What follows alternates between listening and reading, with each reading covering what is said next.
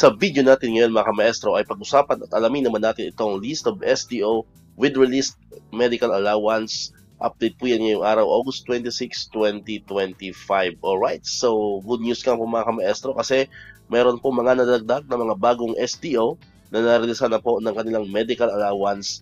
Ayan, ngayong araw po yan, August 26, 2025. Siyempre po ang source po natin ng information ay pinamamahagi po natin ngayon. Walang iba kundi si Ma'am Sheila Lim Manuel. Ayan, so credits po kay Ma'am Sheila. Ayan, so credits po sa kanya. Sa kanya po natin kinuha itong information na ating ipinamamahagi po dito sa ating YouTube channel. Alright? So, ito po ay, malala po ninyo, last week, may mga nauna na po nabigyan ng medical allowance. For example nga po dyan yung Vegan City. Ayan, which is sila po yung pinakauna. Sila po yung pinakaunang narilisan po ng medical allowance na cash. Yung SDO Vegan City. Then sumunod naman po yung Romblon and then yung SDO Bayawan City. So ngayong araw naman po, according nga po sa post ni Ma'am Sheila, ayan, ito po yung nadagdag, yung SDO Nueva Ecija. Yan, so congratulations po sa mga kamaestro natin yan sa SDO Nueva Ecija. Yan, so paki-comment nga po dyan sa ating comment section kung may nanonood sa atin from SDO Nueva Ecija. Kung lahat po ba sa inyo ay nakakuha ng cash or kung yung iba naman po ay HMO po ang ibinigay, yung mismong card ng HMO provider. Alright, so yon. So, congratulations po muli sa SDO Nueva Ecija.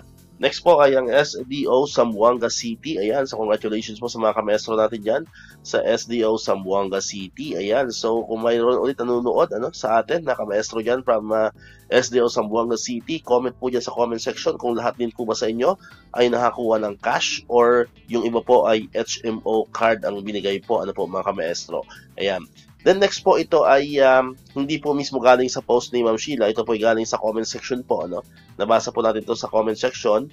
Ayan, nakalagay din po doon or may nag-comment po doon na mayroon na rin daw po ang SDO Palawan. Ayan, so kung mayroon pa nanonood or mayroon po tayong subscriber or follower dyan from SDO Palawan, ayan, paki-comment nga po dyan, paki-confirm nga po kung totoo na mayroon na rin pong medical allowance po ang mga taga SDO Palawan. And siyempre, comment nyo na rin po kung kayo ba ay nakakuha lahat ng cash or HMO. Ayan. And then sa pagbabasa po natin ng mga comments sa social media, meron din tayong mga nakita po doon na meron daw mga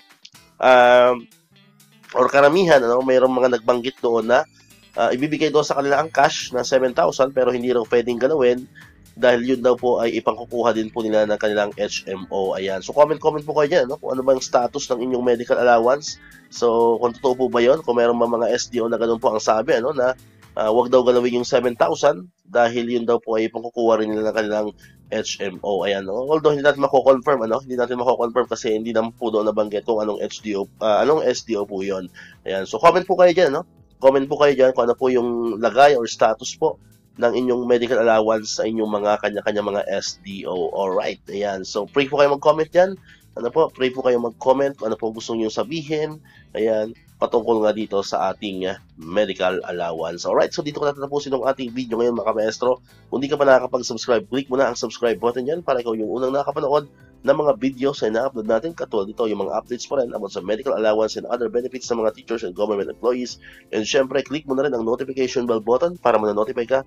Always update ka pag may mga bago tayong uploaded na videos. So muli, maraming salamat sa inyong panonood at pakikinig. Once again, El Maestro. See you on my next vlog. Bye-bye!